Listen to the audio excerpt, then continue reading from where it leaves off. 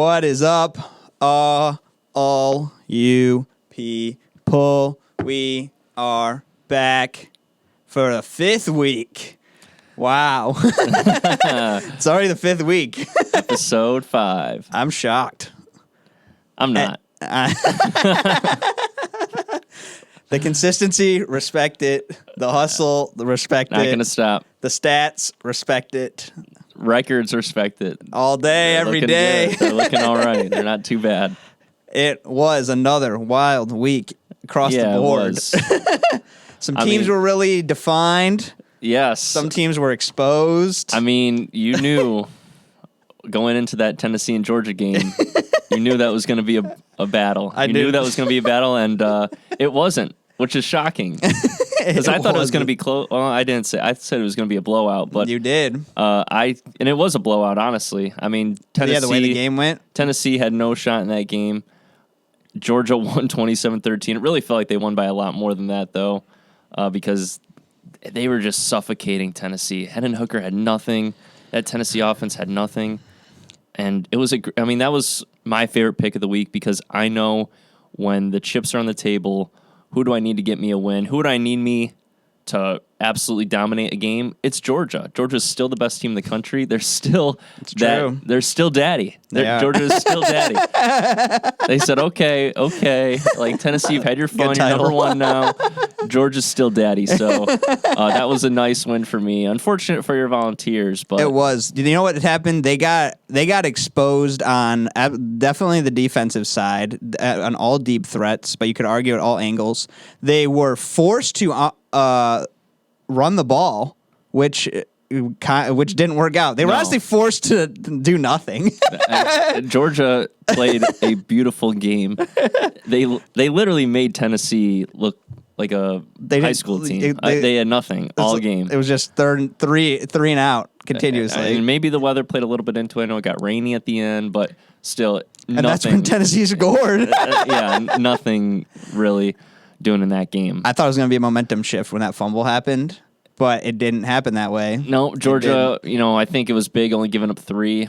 And then from there on out, it was all Stetson Bennett, all Georgia defense. It was the dogs just kept pounding. They did, and you know what? Second half they kind of took their foot off the gas pedal. Kind of was like, all right, we don't really need to do much because we know we got this game locked up. And that's when you know that you're the best team in the country is when you can do that against a top 5 team. Yeah, against a team like Tennessee with that offense. Yeah, Georgia's back. They said put respect on my name. I didn't think Georgia ever left. People doubted them, so they just had to be like, all right, whatever. Yeah, and the expectation was it was going to be a really good game. I was watching College Game Day. 3 of the 4 picked Tennessee to win. I know. Luke Bryan's like, y'all are idiots. Yep. So, I was like, okay, maybe, after everyone picked it, I was like, and I had the country singer on my side. I was like, all right, maybe I might have made a bad pick, but then I still trust my Bulldogs to get me the win, and they took it home. Another big game was Texas at Kansas State. That was a Big 12 game. Texas was up big for most of the game, and then they just kind of went on cruise control. That was a nice win for me at Texas minus 2.5. They ended up winning by 7. Kansas State almost came back, man. I didn't think they were going to do it, but I was like, at that point, they were going to fumble it. Like, just fumble the bag. Texas, I knew they had that game in them, and we're going to get into Texas later on. Yeah. So another big game. I mean, these were all big games except for, I think, Wake Forest and NC State. But Alabama at LSU, what a game that was. That was crazy. I think Bama played a poor game offensively. I agree. They made way too many mistakes, uncharacteristically. And then LSU, Jane Daniels, Brian Kelly, they got the 2-point conversion overtime. They got it done. And they won in Death Valley, the sanctuary where teams go to die. I had Bama. That was a terrible pick by me, and you had the Tigers. I mean, but we didn't. Looking at that team, you're like, okay, yeah, they ended up beating up Ole Miss, but you're like, they're not. Saban's not gonna let this happen again, right? You're going into that game like, yeah, it's Brian Kelly, LSU. They may play a good game, but Alabama should win this game, right? But you took LSU when they were crazy underdogs against Ole Miss, and they pulled it out. And they did it against Bama as well, man. It's weird how it works sometimes. And then the last college game that we had on our slate last week was Wake Forest at NC State. I told you guys I don't know where to go with that one because it was so weird to me because we talked about NC State having this massive home win streak. But then I was on the other side. Sam Hartman for Wake Forest is a really good quarterback. Is it a bounce back performance for them? It wasn't. The Pack won 30-21. I was on Wake. You were on the Wolfpack. So good pick there at plus 3.5. That was Shout a out poor pick by Wolfpack. me. I closed my eyes and threw the dart at the dartboard. You at that should one. have kept your Clemson mentality. I They don't lose in should've. Death Valley. They don't I lose should've. at home, man. I The know. Rock. I know. Whatever. We're on to week 5 here. Past that. Or episode 5. But in the NFL, Packers at Lions. I was debating and deliberating for hours, it seemed like, during this episode. You told me go with the Lions, and guess what? The Lions pulled off a 15-9 ugly win against the Packers. You like that? I picked the Lions. Trust me when I pick them. Well, I might continue the trend this week, so... But let me tell you something. Evan was just doubting these Lions week after week, I kept picking them. and he kept picking them, and I said, no, don't pick them. And he went for them. He trusted them. And what did they do? They disappointed him. But the week I do pick the Lions, and he was really doubting it, especially course. against Aaron Rodgers. You know, the Packers, they had been having a rough season, but it's the Packers, man. But you know what? He trusted the pick. He trusted the pick. I did. And you know what? I forget if we talked about it, but the Packers, every week, it was like, all right, this is the get-right game, right? Like, okay, you're going up against the Jets. That's a get-right game. You're going up against the Giants. Get-right game. You're going up against the Commanders. Get-right game. You're going against the Lions. Get-right game. And they still can't get it right. Rodgers throwing blame on everyone but himself, basically.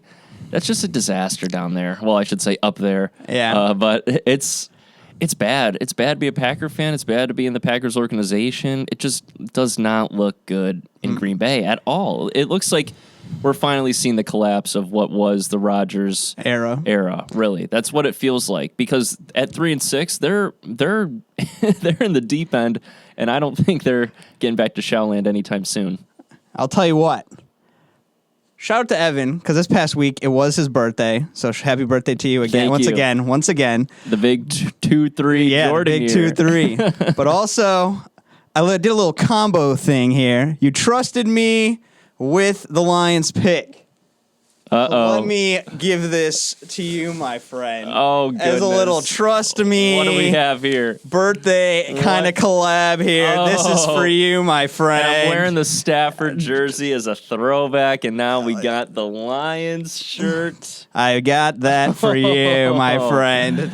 Trust those Lions Oh, when I goodness. take them. Well, I appreciate it. It's a But little combo. It's that- a way to that- trust the Lions, but also happy birthday. It's a little combo. Thank deal you, there. my friend. I appreciate it. I can't believe, you know what? That is what I deserve that for trusting you. It's all. I deserve a gift for trusting.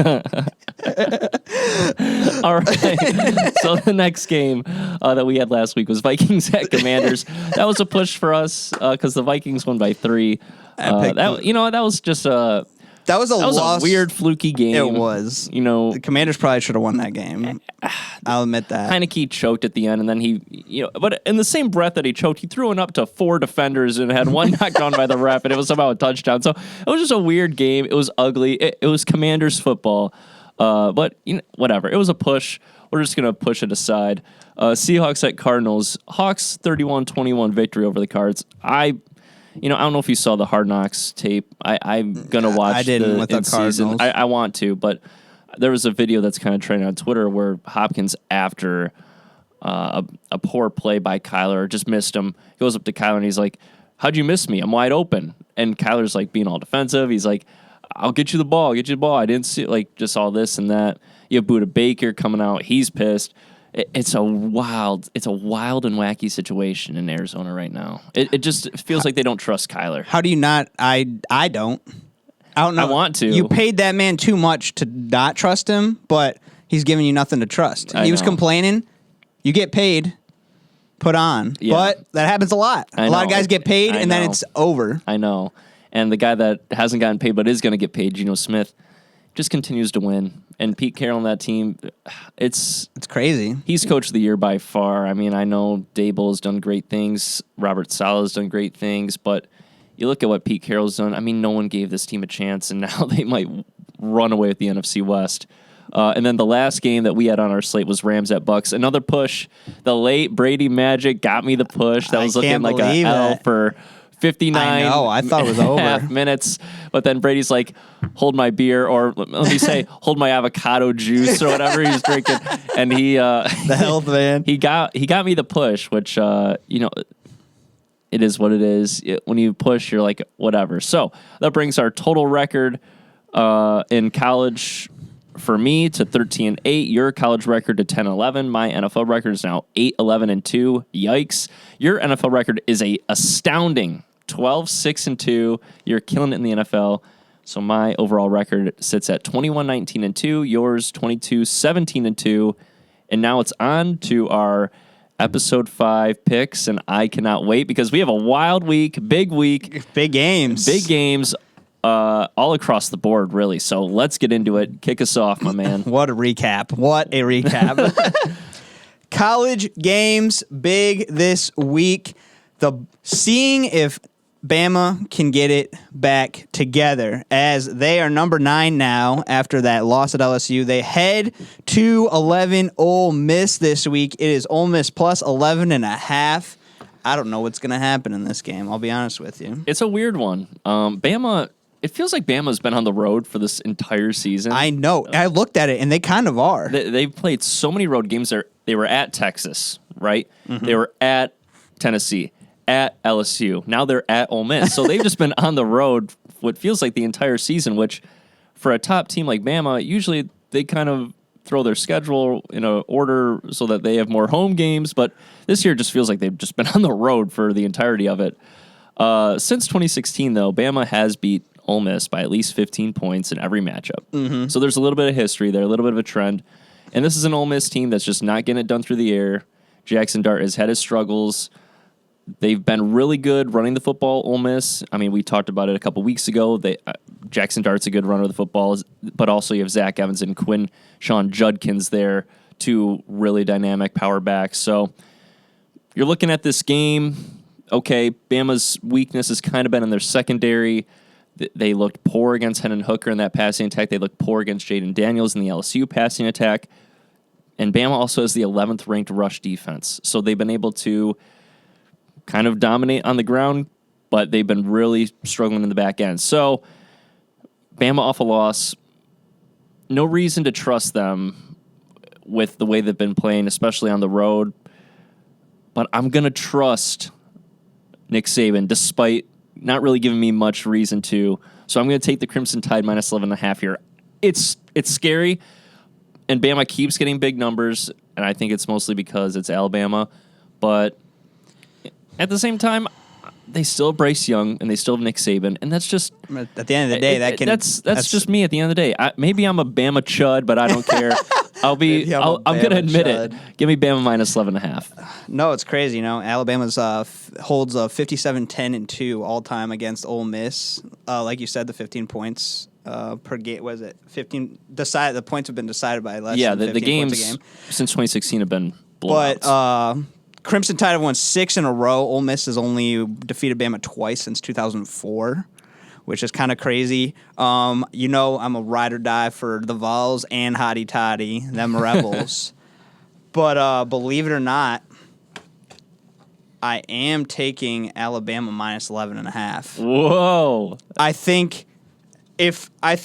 don't think Saban loses 3 in a season.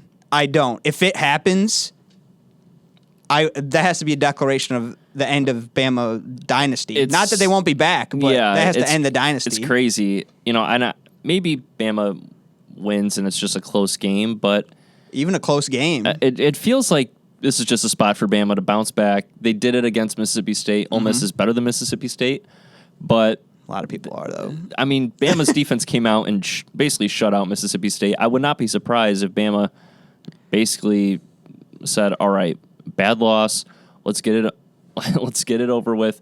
Let's go and perform. And their season's not over. I know they have 2 losses, but the college football playoff is not an impossibility for Alabama. It's not. It's very unlikely, but it's not an impossibility. You still have something to play for.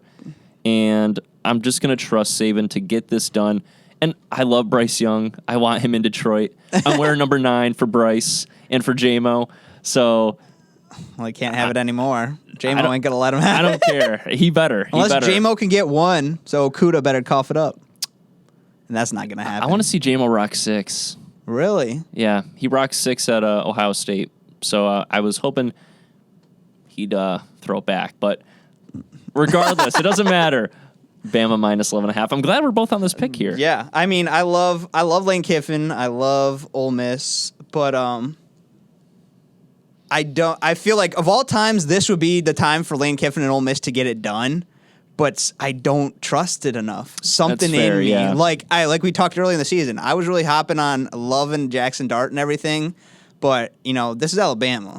Like, it's still Bama at the end of the day. Jackson Dart just has not put it together with his arm, and that passing attack just has not been very impressive. So you're thinking it's a game where Bama's secondary maybe gets a little bit of a break, and they can just focus on stopping the ground attack that Ole Miss does have. They are really good at running the football, but that's where it all is. If Bama can stop the run game and their secondary can hold up some, they should be just fine in this game, in my opinion. But 100%. It's glad that we're on the same side for a change after last week. I'm feeling Especially better the about Bama myself game. now. Yes, I'm feeling better about myself. It's understood. All right, we taking Bama. We're trusting saving the Tide. We can't let. I don't think they're going to lose 3 this season. I don't think they're going to let that happen. No, but if it does, wild. You expect a response. You do. It's 100%. They don't lose back to back. Bama doesn't lose back to back. All right, next we got an unusual ranked matchup this week, and I threw it in there because I loved it. We got 22 Central Florida, the Knights. At Tulane, 17, the Green Wave. Yes. It is Tulane -1. That is a tight game. All right, so a little disclaimer. I've not watched much of either, but I did tune in to Tulane versus Tulsa last Saturday. I did watch a little bit of that game because I was a little curious because I just love Tulane's logo. The Green Wave mascot is awesome, and I was like, Tulane, we briefly touched on them last week, and I was like, on Saturday, I was just kind of looking at the games. Northwestern versus Ohio State was kind of a crapshoot. So I was like, let me throw on Tulane for a minute. So I'm watching Tulane, and, it's not like I came away, blown away, whoa, this is the best team I've ever seen. But, I really liked their running back, Tyjae Spears. I did some research on him. I saw him break off a huge run. He's had 3 straight games of 125 yards or more, and he's one of the best running backs in the conference, if not the best. So I get it. UCF really good at running the football too. Their quarterback John Reese Plumlee, who I did not know before I looked him up, but he apparently leads the team in rushing.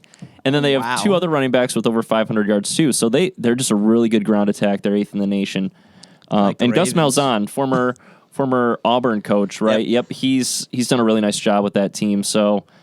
And this is Tulane's biggest game of the year. It's a really pressure spot.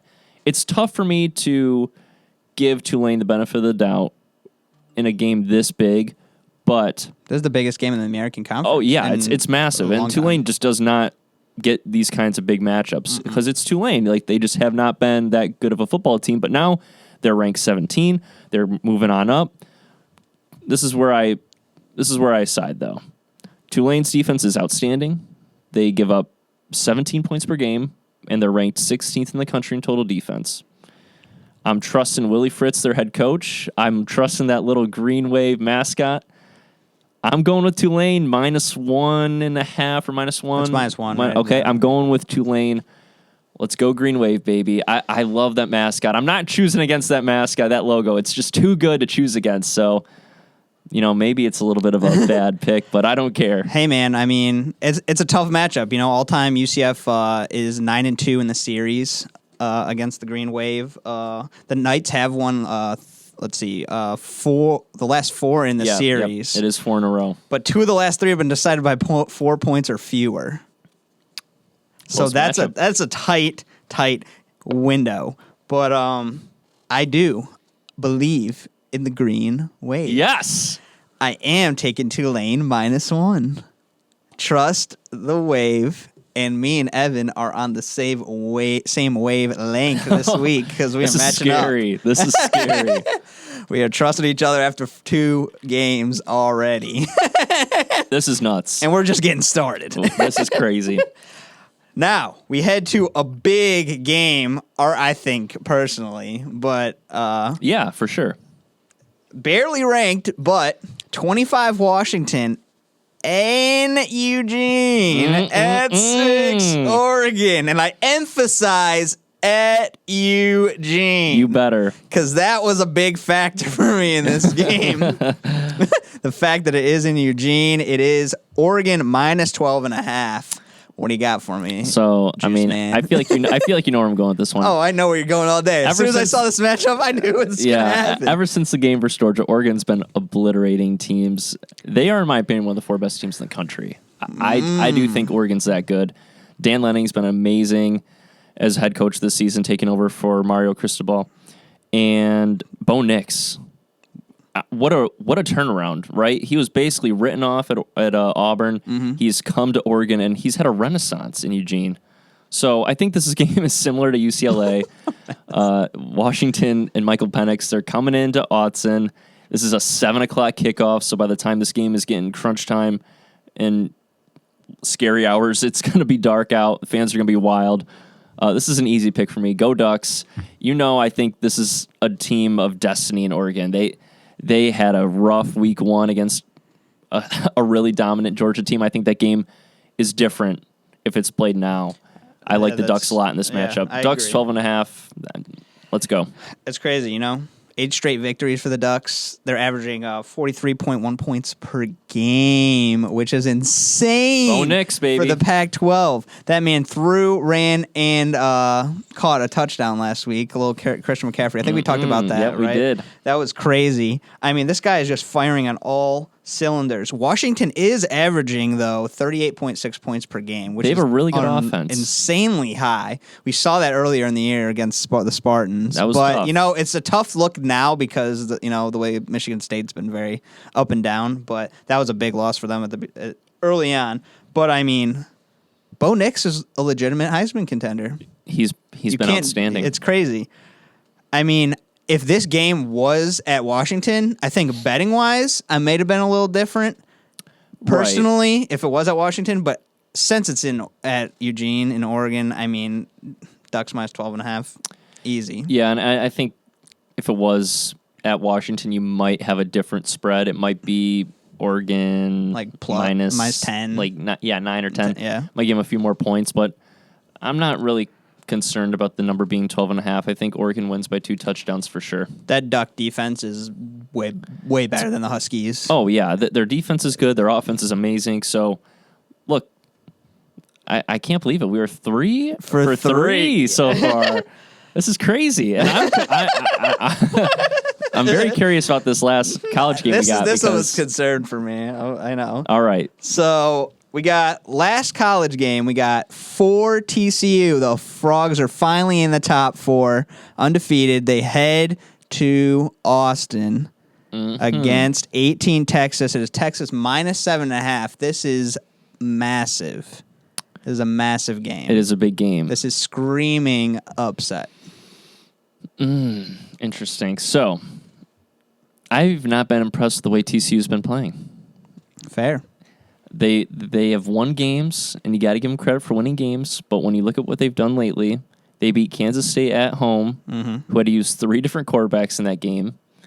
They beat West Virginia by 10, but that was due to a last-minute touchdown that brought the score from 3 points to 10. And then last week they beat Texas Tech by 10, but they were down in the third quarter. So this is a TCU team that is just not really playing the best football. And while I like Max Duggan, I like Quentin Johnson, I'm looking at Texas coming off a hot win against Kansas State in Manhattan, Kansas. We talked about how crazy it is in Manhattan. It's going to be crazier times a billion in Austin, Texas. This is the game where everyone in Texas that's a Texans fan or that's a Longhorns fan is coming. Oh, yeah. They're to town. coming for They're heat. going to be raging. This is a 7:30 kickoff. I do not see TCU going into this road environment and pulling off a win, let alone keeping this game close. I love Texas here. I think this is a TCU team that's gotten very lucky. I think Texas wins by 10 plus, so I'm going with the Longhorns here. That's a guarantee. That is my lock of the week. Texas minus. I have -7, so Okay. just on my end, but I'm seeing what it. So okay, the ESPN still says -7.5. But I don't know. regardless, 7.5, 7.5 does not matter to me. I'm taking Texas. I think this is brewing for a Texas win. I think everything about this is saying a Texas win.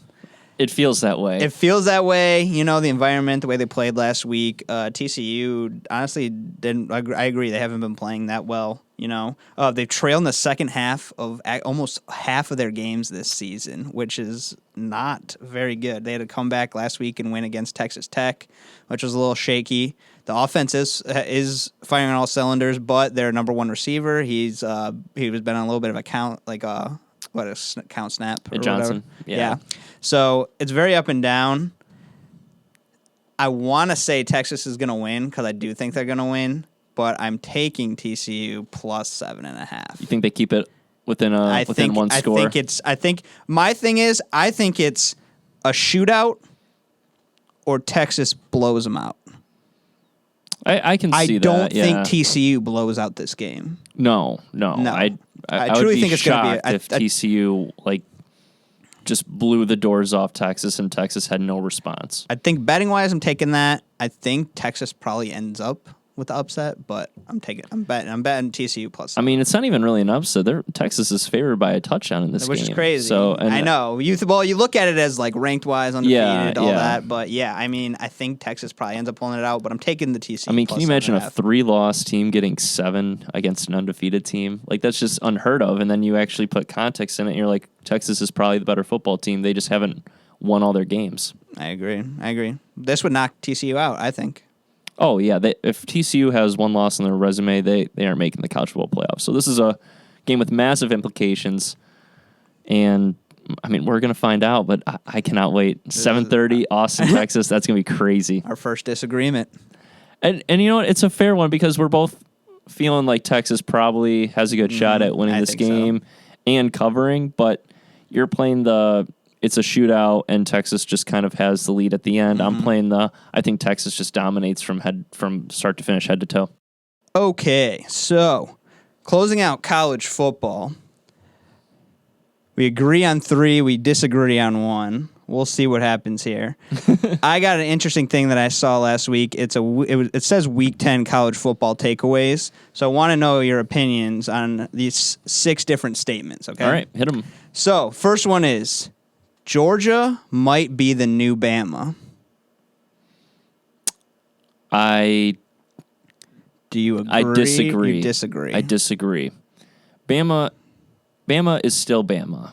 So I don't think there really is a new Bama. Georgia might be the hot team right now, but they kind of resemble Clemson to me, where Clemson was really good for a stretch of time, but Bama is still Alabama at the end of the day. As long as Saban is coaching there, they're going to be like, I don't think there is a new Bama. Now, once Saban's gone, maybe things shift. Maybe the power dynamic changes in the SEC and in college football in general. And if Kirby Smart is still the coach at Georgia at that time, then yeah, I think Georgia would rise up. But as long as Bama has Saban, they're not going anywhere anytime soon. I know this is kind of a down year for them, but there is no new Bama till Bama is officially replaced. And I don't think that they've been officially replaced yet. It's starting to build that way, but I'm going to disagree on that first statement. All right, next one. TCU, I guess they're a top 4 team now. I don't think they are a top 4 team. I've said it for a couple weeks now. I think that they've gotten lucky. I think TCU they're a fun football team and they find ways to win. But I think Oregon is so much better than TCU. It's not even close. I think if Oregon played TCU right now, they'd win by 14 plus. I think Oregon is that good. So no, I do not. They're just riding the undefeated statement. They're riding it. They've had a tough schedule, I will say. They've won some big games against ranked opponents, and they've done it in a manner that just hasn't impressed me. So They've had to survive and come back.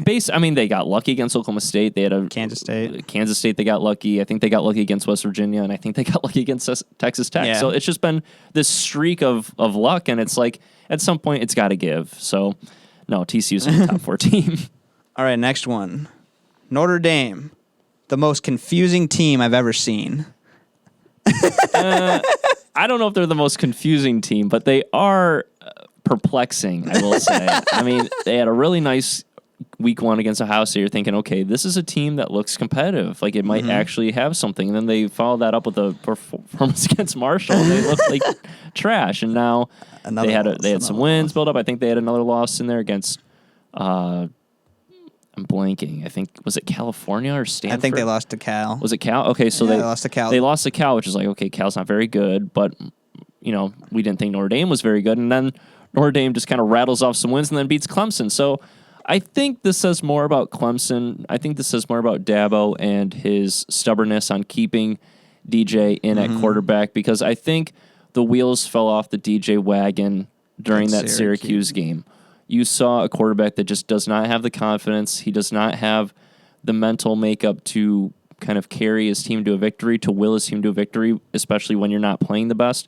And once Cade Klubnik got in there, you saw a completely different team. Just the energy was up. It wasn't even like he was doing much, but you just saw a man that had some confidence. And look, at the end of the day, that's what the quarterback has to have. And so Dabo has to trust his quarterback to be able to carry his team to victory, whether he's playing well or not. And that's quarterback's not DJ. So until Dabo makes that change, Clemson just wasn't very. They just aren't very good. DJ's just not very good. And we saw maybe that would change during the first part of the season. You saw DJ looking better. Okay, maybe you turn the corner. Just not. It's just not in the cards for DJ, unfortunately. And I'm excited to see what Cade Klubnik can do, because he should be the starter moving forward after that performance last week against Notre Dame. All right. Like it or not, Bo Nix is a Heisman frontrunner. Yes, 100%. The way that Oregon's playing, the way that he's playing, it's no doubt. Now, for whatever reason, Blake Corum is getting the most Heisman love right now. Probably because he's just the running back. There's always quarterbacks, just probably because he's a solo running back. It's tough for me because as a State fan, I saw what Kenneth Walker did last year, where he was physically carrying Michigan State on his back. I don't see, literally, I mean, Michigan State's offensive line last year, not that impressive. Michigan's got one of the best offensive lines in the country. J.J. McCarthy is a better quarterback than Peyton Thorne, and while J.J. hasn't done a ton for Michigan, he's still helping Blake Corum in some ways. So, look, the fact that Kenneth Walker couldn't get an invite to New York and now Blake Corum is the Heisman frontrunner just feels wonky to me. So when a guy like Bo Nix, who is, in my opinion, carrying his Oregon team to an 8-1 record right now and possibly the college football playoff, I think they're destined for it as long as they keep doing what they're doing. Yeah, Bo Nix, easily a Heisman frontrunner, in my opinion, should be over a lot of quarterbacks that are at the top right now. He's playing that well. All right. Ohio State. They better hope for no rain against Michigan. I'm not gonna go that far. Here's my thing with Ohio State. Last week against Northwestern, they were without Trayvon Henderson. No, Travion. Yeah. And they were without Jackson Smith and Jigba, who still has not been able to get healthy enough to play for them. That is massive, right? As much as I love Marvin Harrison Jr. and as good as he is, they need JSN to come in and be that guy because he is that guy. He is that guy. And CJ Stroud just does not look the same without him, right? I think CJ Stroud's been playing good. I think he's a Heisman frontrunner still, even without him. But you just haven't seen Ohio State fully unleashed because one of the most dynamic players in the country isn't available. And while I do think rain definitely deters them, I think if it's rainy against Michigan, but they still have... Still in the shoe. It's still in the shoe. They still have C.J. Stroud. But more importantly, if they get Henderson and they get JSN back, I just don't see a way in which Michigan can keep up with that kind of talent. Even if it's a little rainy, a little damp, a little muggy, Fair enough. I think Ohio State just needs those two guys back because those are two dynamic players. Those are two of the best players in the country at their position. So they need those guys back. It doesn't excuse the 14-point win over Northwestern. Yeah. But they need them back. Last one. LSU would be a top 5 team without the FSU loss. They would be Like 6. They would be 4 right now. You think so? They would be number 4. They would be in over TCU for sure. LSU, that was a terrible loss against FSU. They choked the PAT at the end. That was a terrible loss to FSU. I'm honestly disappointed in LSU, just the way that they played against Tennessee and then the way they played Those are their against 2 losses. Florida State.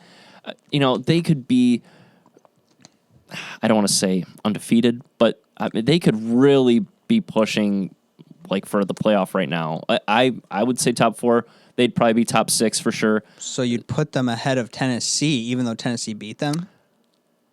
Because Tennessee's at 5. That's true. So would okay, Tennessee be 4 and LSU 5? Well, Or would now I you have to- have? now I have to Well, rework you probably this. would have Oregon at 4, I have to rework Tennessee this now. 5, LSU 6. It's tough for me because I still don't think TCU is that good. So Yeah. it's like I don't even consider them right now. I guess that's just but- a straight up statement. You're Yeah. like, LSU would be up there. Yeah, it's They'd be yeah. top 5 because they could still be I would 5. say top 5 or top 6 for sure. I think they'd probably be closer to 4 or 5. But I mean, considering that Tennessee blew the doors off of them, That's tough. Tennessee would probably still be above LSU. So yeah, considering that, I think LSU would be a top 6 team. But so I guess I agree with that take then. Okay. That Florida State game, that was such a bad loss. Unfortunate, But they've shocked me. It's LSU? so disappointing that they That had that one one crap loss loss because could ruin they've been them. so good since outside of the one game against Tennessee. But it's like I couldn't trust them because it felt like okay, they were losing, these games, but then they go out and beat really good SEC opponents. Like, okay, which LSU team are we getting? I think we're getting the LSU team that looks more like the one against Ole Miss and Bama. And I think that's the real LSU. And Brian Kelly, shout out to him. He's done a great job this year. I did not think LSU was going to be this good. And it's a little disappointing that they aren't better because they easily could be. Right now, it's looking like an LSU Georgia SEC championship game. If LSU wins that game, you better punch their ticket to the playoff. I don't care if they have 2 losses. I mean, yeah, that'd be hard to disagree with. They beat they got whipped by Tennessee, but you beat Bama, you beat Georgia in the SEC championship game. Yeah. What do you got to say? Hopefully not much because they should easily be in at that point. Because who cares? They'd be like, oh well, Tennessee beat Alabama, so did they. And that'd be devastating for Tennessee, Yeah, unless another because team they slips lost. up. But Yeah, because they beat up LSU, but LSU beat Georgia, who their only losses to. yeah. Wow, So, that'd be a carousel. we're right gonna. there. I mean, we're gonna get into more and more weeks here, and it's just gonna build on the craziness. Alrighty. Well, we got quite a slate for NFL, so we might glide through this a bit. I'm excited. Since we got 6 games, we might be a little more quick with our statements. So on to the NFL. First, the boys are back in town, but they're in the Windy City. Lions, great victory last week. The Lions head to Chicago. Bears minus 2.5. How we feeling? All right, so I'm gonna announce my pick right now. I got Lions +3. As a Lions, It's now +3? yeah. Okay. 2.5, 3. So as a Lions fan, I know the Lions have struggled against mobile quarterbacks. It's kind of well documented at this point. I don't really have the stats to show it for you, but it's just like you're watching the Lions games, you're a fan, you see, oh, there goes Jalen Hurts again. Oh, there goes Rodgers for 40 yards leading the Packers in rushing. They just kind of struggle against guys that can get out of the pocket and run, and it is what it is. You just accept that for what it is. On top of that, Dan Campbell has not won a road game yet. So I'm taking all this into account, right? I'm taking it all into account. Justin Fields, he's been on a tear lately. We've seen what he's been able to do. I'm not ready to buy into the hype that the media is proclaiming him to be like the greatest thing ever. And I'm not going to ignore the Commanders' performance a month ago where he scored 7 points against the Commanders without Chase Young. Come on. It's just, come on. The Lions defense looked really good last week. I know the Packers were able to move the ball a little bit, but the Lions defense was able to get red zone stops, force turnovers. That's big, and you need that. You need guys that can make plays like that on the defensive end. The Lions have not had that in forever. I expect the defense to take a step back this week against a mobile quarterback, but I expect the offense to take a step forward this week because the Bears defense losing Roquan Smith, they lost Robert Quinn, so they've had some casualties on the defensive side of the ball. I shouldn't say casualties, but just losses on the defensive side of the ball due to trade. It's casualty to the team. Exactly. So this is a Bears defense that gives up a good amount on the ground, a good amount in the passing game. So I'm going to trust this Lions offense. I'm going to trust Goff. Lions +3. I'm hoping for a Lions win, man. I'm hoping for a Lions win. But mobile quarterbacks are our weakness. They are. And it's outside in Chicago. I hope the defense pulls through. I hope the Lions get a win. But I'm taking the Bears minus. So that means the Bears are going to lose. Or that means the Lions are going to lose. That means the Lions are going to lose. I'm taking the Bears minus 2.5, minus 3, whatever it is. God. I'm sorry. I really hope the Lions win. I really hope they win. I need to be right on one of these Lions picks, and you're wrong. I need you do. that. And I'm telling you, this would be one of the weeks for it to happen. I hope so. I'd love another Lions victory. If we could, I looked at the rest of the season. If we could get to like 4 or 5 wins, that'd be great. Play Chicago. I don't think you're going to win in Green Bay at the end of the season. Well, if Maybe. Jordan Love might be in at quarterback true. for them, I mean, Chicago, you got to take one of the games. you got to take both. You're 2-6. You got to take both. If you win now, you can't lose at Here's home. the thing. Dan Campbell's got to win one on the road at some point. This is a team that has dug itself into a massive hole. So if they have any shot at, making it a little interesting, giving the people something to believe in, giving the team a culture shift, they need to win this game. And then they have to go out and beat the Giants the following week. They have to keep building on these wins. You can't win one game and then lose the next game. You got to start building something. You put together a win streak. Show me that you're worth a third year. Show me, baby. Please. I need Dan Campbell to show me he's worth a third year. It starts by winning this game, and I think this is a very winnable game. I'm not ready to call Justin Fields the greatest quarterback to ever breathe. Oh, heck no. Do you know what the media is doing to Justin Fields right now? They're hyping it's him up. disgusting. It is disgusting. So it's literally, I almost Bear down. vomited. I was watching Get Up on ESPN, and Greeny is out Greenberg, here baby. calling Justin Fields the best quarterback in that draft class. He's had 3 games where he's looked good, and it hasn't been with his arm. I mean, sure, can't- the touchdown interception ratio looks good, and the completion claim percentage is that. up, but he is not. It's not like he's been overly impressive with his arm. It's been all on the ground. So it's like, okay, He can run. He can run. We knew that. We knew that. And now the Bears are just they're designing plays for that. But I'm not gonna just sit here and pretend like the first 5 weeks of the season didn't exist, where the Bears could not move the ball at all. So It's crazy what happens when you give a quarterback more protection and more weapons, I mean, yeah, and Fields has looked good since the offensive line is improved, and they added Chase Claypool last week, and the receivers are finding some spaces to get open. But I still think this is a Lions team that can turn it around a little bit here. Maybe they end up with 5-6 wins, right? But if you have a middle of the season, you put together a little win streak, right? Maybe you win 2 in a row. All right, just build something. Build on something. Give the people a little bit of hope. End your winless streak on the road, and just play a game. Play a hard-nosed game. Shut up and win. All right, shut up and win. You won last week. Now let's win another. Just because you won last week doesn't mean all your sins are forgiven, Dan. Go out and win another, buddy. And I need that. I need Jared Goff in this offense to wake up, because it's been slouching for weeks now. Slouch. They're in slouch mode. That's Goff. That's Goff when he gets the ball under center. That's what he slouches. All right. We love it. Hope for Lions victory. We'll see what happens. You're probably right, honestly. Onward. Whatever. Onward to the Browns at Dolphins. Dolphins minus 3.5. This is a weird game, but It is a weird game. Going to happen. It is a weird game. My goodness, Dolphins honestly are not that good against the spread this season. They're 4-5, which is weird because they've won every game that Tua started, and it feels like they've done it convincingly, but they just have not been covering spreads. And this is a spread that kind of spooks me a bit, 3.5, because you get that field goal hook here. But Cleveland has allowed 7 yards per attempt. You know what Tua's been able to do with Miami Especially at home. Or not with Tua. Or, oh my goodness, you know what Tua's been able to do with Tyreek and Waddle? They've been absolutely dynamic. And the Browns defense, they're allowing 25 points per game, and Miami, on the other hand, at home is only allowing 15 points per game. So Miami's defense hasn't been very good overall, but at home they play very well. I think this is a game where the Dolphins just outpace Cleveland. They outrun Cleveland. I love Tyreek. I love Waddle. So give me the Fins here, -3.5 at home. They have not lost a game or two as started and finished. They definitely don't lose this one, and I think they win by a touchdown or more. I really like the Dolphins in this spot. Couldn't agree with you more.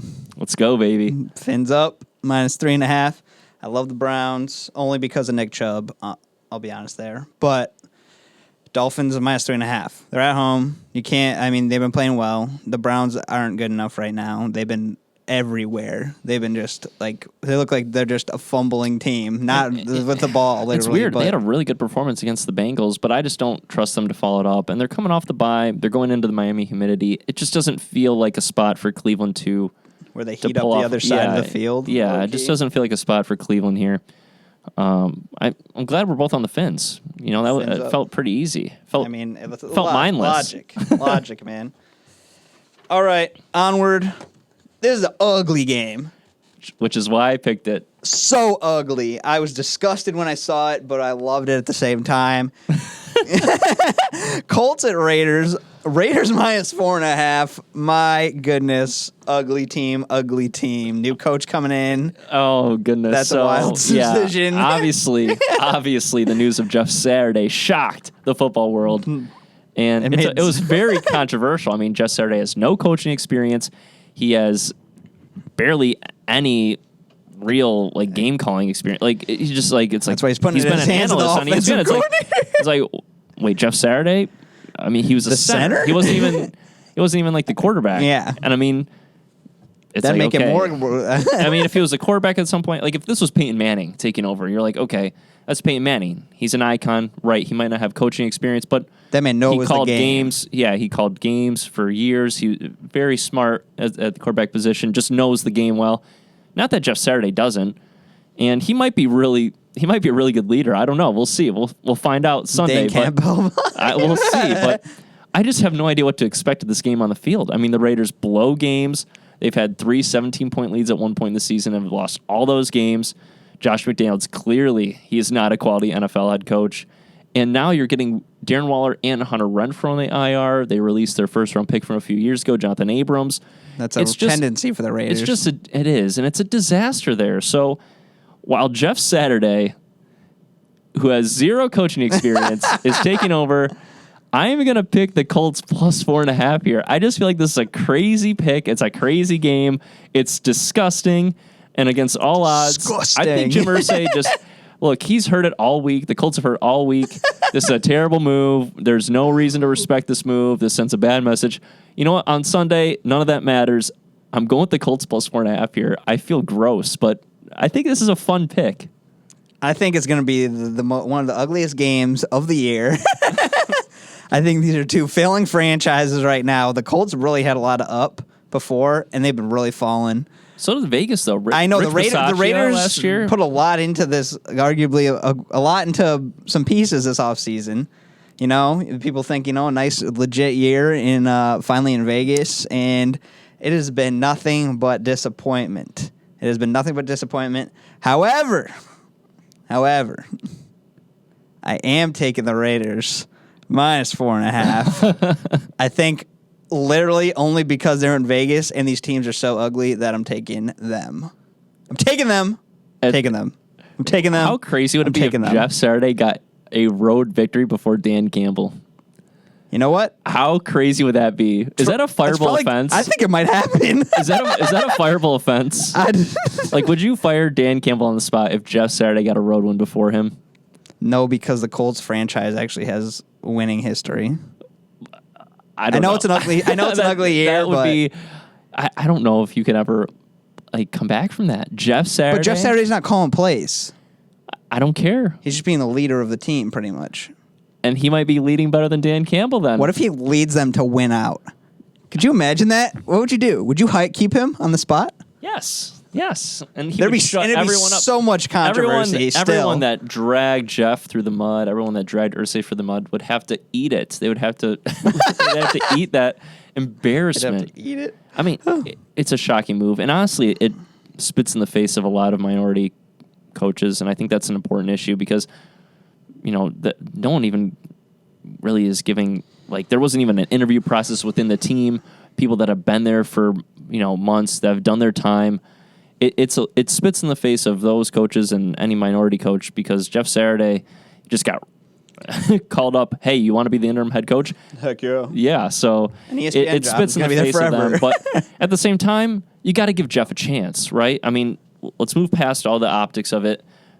When we get down to football, you got to give Jeff a chance. If he can pull this off, kudos to him and kudos to Irsay because that would be just a crazy, insane, balls on the table move.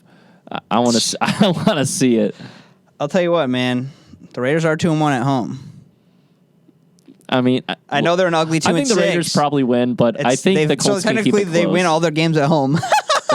I mean, I think the Raiders win this game probably, but the Colts, maybe they keep it close. They play an inspired Jeff Saturday style football. You know what? The Raiders only win at home. It's sad to be a Raiders fan, but hey, sometimes, you know what? That's what you get for waking up in Vegas. Katy Perry. Love it. Onward to the disgusting quarterback battle. Are they there? Are they not? Yes, no, maybe so. Cardinals at Rams. Rams are now -3 after they were -1.5 earlier, doubled up. That's assuming that probably Stafford is going to play. Right, so the report came out earlier today that Stafford likely going to play. At least that's the, if you're reading the tea leaves, that's kind of what the message is being delivered. He's basically just made good progress, is what McVay said. So Vegas is kind of taking the assumption that Stafford is going to play. And then on the other side, Kyler Murray, he's been dealing with a hamstring issue all week. He's pretty much a game-time decision. So with the uncertainty there, Vegas is kind of leaning towards Stafford playing and Kyler probably playing, but limited due to his injury. Look, the Rams are 2-5-1 against the spread this season. They have not been good at covering spreads. Stafford, as we know, in concussion protocol, how much is he going to be able to game plan for this game? How much will he be able to give? We know he had the elbow issue. We've already talked about that. Mm-hmm. That offensive line, it's terrible. If he takes a hit, right? I mean, maybe you see something similar to what happened with Tua, because if Stafford isn't totally good to go, and he plays, John Wolford. I don't know, because if he takes one bad hit like Tua did, things could go sideways again, and this is something the NFL is trying to curb. So Stafford, we will see if he plays or not. Looks like he will, but this is a really weird, frustrating game for me to pick. But I threw it on there because it's so ugly that I love the ugliness of it. All these ugly games you throwing at me. I love it. So the Cardinals burnt me last week, and I'm ready to get burnt again. Break my heart one more time, Arizona. Cardinals +3. No football logic. Nothing to point you in the direction of Cardinals. Just closing your eyes and going with the Cards. They are utter chaos at the moment, and that's why I love them. I think they turn around this week. Everything's determined on if Stafford plays or not. I don't care if Kyler is there or not. Completely irrelevant. Kyler playing is irrelevant. He's a destruction to that team, that franchise. They do have Colt McCoy. Put him in.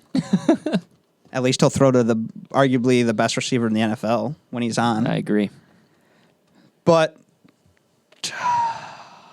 man, assuming Stafford is playing, it is in L.A., doesn't matter. I think it matters. Not if you're playing the Niners. it just doesn't matter because the Rams. There's no Rams fans. They don't exist. Irrelevant. I'm taking the Objection. Rams. I'm taking the Rams -3. Oh, they hurt me. They hurt me last week, but I shouldn't have gone against Brady. I love that man. Well, they push. He doesn't love his wife, but I love him. That's true. They did push though, so they didn't. They did. It was right there. Brady just really popped off at the end, which was actually good to see though. But I think the Rams do win. I do think they win. I mean, it's an ugly game. Gosh, it is going to be so ugly. It is. Whether both play, whether one of them plays, whether neither of them play, this is going to be an ugly LA game. That's kind of why I'm playing Cardinals +3, because I think it's just going to be a close game. Maybe it's a field goal game. Maybe we both push again. I think that's the best scenario for this game. The best outcome is a push. Maybe one of them just blows the other out. That'd be hilarious. If there's a blowout, it'll probably be leaning your way. I don't think the Cardinals can blow You don't out think the so? No. I think it'd be leaning your way. Well, we're both indifferent here. We don't know what's going to happen.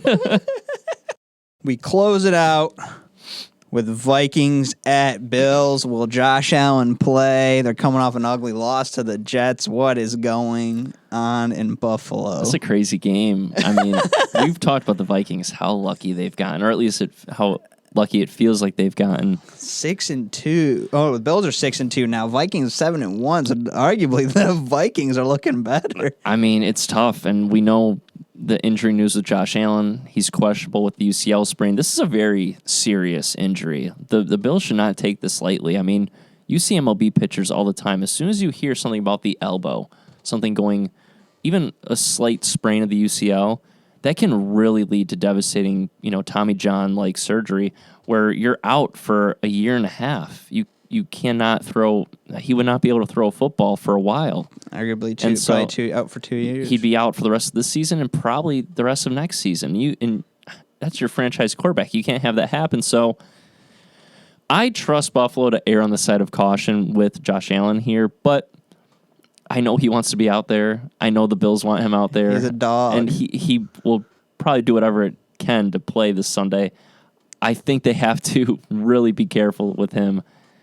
And it's tough because if Josh Allen doesn't play, you throw Case Keenum in there, and the Vikings secondary is not very good. They're allowing 7.4 yards per attempt, but I just don't see an avenue for Case Keenum, if he's the one playing, to come in and torch the Vikings secondary, as bad as it is. And Buffalo could choose to lean on the run game that they don't have, but Minnesota's good against the run. They're allowing just 4.2 yards per carry, which is good for 7th in the NFL. So I think Buffalo could win this game even with Case Keenum, but you're looking at Vikings +3 as kind of just the safer pick, knowing that you have Kirk Cousins at 1:00, knowing that you have a healthier side, and knowing that Josh Allen may or may not play gives you some pause. And if Josh Allen doesn't play, I mean, that entire team is built around Josh Allen. So, without him, not saying a win is impossible for the Bills, but I think I'm going to just lean on the Vikings here as a safer bet. Do you think it's if it was in Minnesota, would it be +1 Minnesota? I think the Vikings would be favored if it was in Minnesota with the Allen injury. That's true. If Allen was fully healthy, even if It's it was in Minnesota, it'd probably no be matter what. Yeah. But I mean, this game is probably -6.5 at most if Josh Allen is fully healthy. I think you probably end up getting Bills probably around 4.5, maybe 5, if with a healthy Allen. But with it sitting at 3, that just tells you Vegas has no idea really if he's healthy or not. Vegas, baby, the land of time. No, I'm riding with you. Vikings, the +3. I mean, it's definitely the better pick, safer pick, smarter pick. Either way you go, because I think it's still going to be a good game. If Josh Allen plays and is healthier, I mean, Bills should win. But I can't count out I can't talk trash on the Vikings yet. I'll talk trash on them all day long. I hate the Vikings. They're so lucky. It is unreal. We'll see what happens. And it would be just poetic justice for them to get a little bit of a bad break here, and Josh Allen is fully fine and he can go, because all week people in Minnesota are like, oh, we're not going to get Josh Allen. We're going to win. We're going to be 8-1. We're the best team in the NFL. No, you're not. They'd be 8-1 and 4-1 on the road. It would be. I mean, that's impressive in itself, just as a stat. But you look at who they have played and the way in which they've won some of these games. It's a joke. Their record is not indicative of the team that they are. But you got Kirk O'Chains. You got 1:00. I think the Vikings just keep it close, even if just because if this game was at 4:25 or a primetime game, I'm fading the Vikings so hard. But in this Bills, scenario, man, at 1:00. I'm just gonna put my Kirk time. I'm gonna put my Kirk hate aside, o'clock. and I'm gonna put my hate aside and take the Vikings. All right, let's run it down then. All right, run it back. Since that was our last game, so let's run it down. So, Bama at Ole Miss. We got Ole Miss plus 11.5 as our spread, but we're going with Bama minus 11.5, both on the Crimson Tide. That's amazing. UCF at Tulane minus 1.5. Green Wave. We're both around with the Green Wave and that amazing logo. I need to get me some Green Wave swag because that logo is arguably Just my drip favorite. out Green Wave I need next it. week. I need it. Washington at Oregon. Oregon minus 12.5. We both have the Ducks. Mm-hmm. A breath of fresh air for you to finally be on the Ducks side. Quack attack, baby. I love Washington. But it ain't for them. Not this week. Not And then Eugene. TCU at Texas, the college game day game of the week. I got the Longhorns minus 7. You have the Horned Frogs plus 7. I think Texas is going to win that game. Yeah, easily in my opinion, but I'm still taking the TCU, but fair. On to the NFL. whew, ugly. Lions at Bears. Bears minus 3. I got the boys from the D. You got the Windy City Bears. The Bears plus 3 for me, minus 3 for you. I hope the Lions win that one, man. I really do. Don't we all? But I mean, it's going to be hilarious if they don't, because you're just going to be like, why? Every time I pick. I know. Browns at Dolphins. Dolphins minus 3.5. We're both around with the Fins. Fins up. We love to see that. Colts at Raiders minus 4.5. Raiders. That's your pick. I'm riding with the Fighting Jeff Saturdays at plus 4.5. Saturday coaching on Sunday. We'll see what happens. We will see. Cardinals at Rams minus 3. I have the Cardinals plus 3. I am living and dying with those terrible birds. And you have the Rams minus 3. You love yourself some Sean McVay. And then the last game of our slate, Vikings at Bills. Yikes. May or may not be without Josh Allen. Bills still getting 3. We are both on Skull plus Vikings 3. up.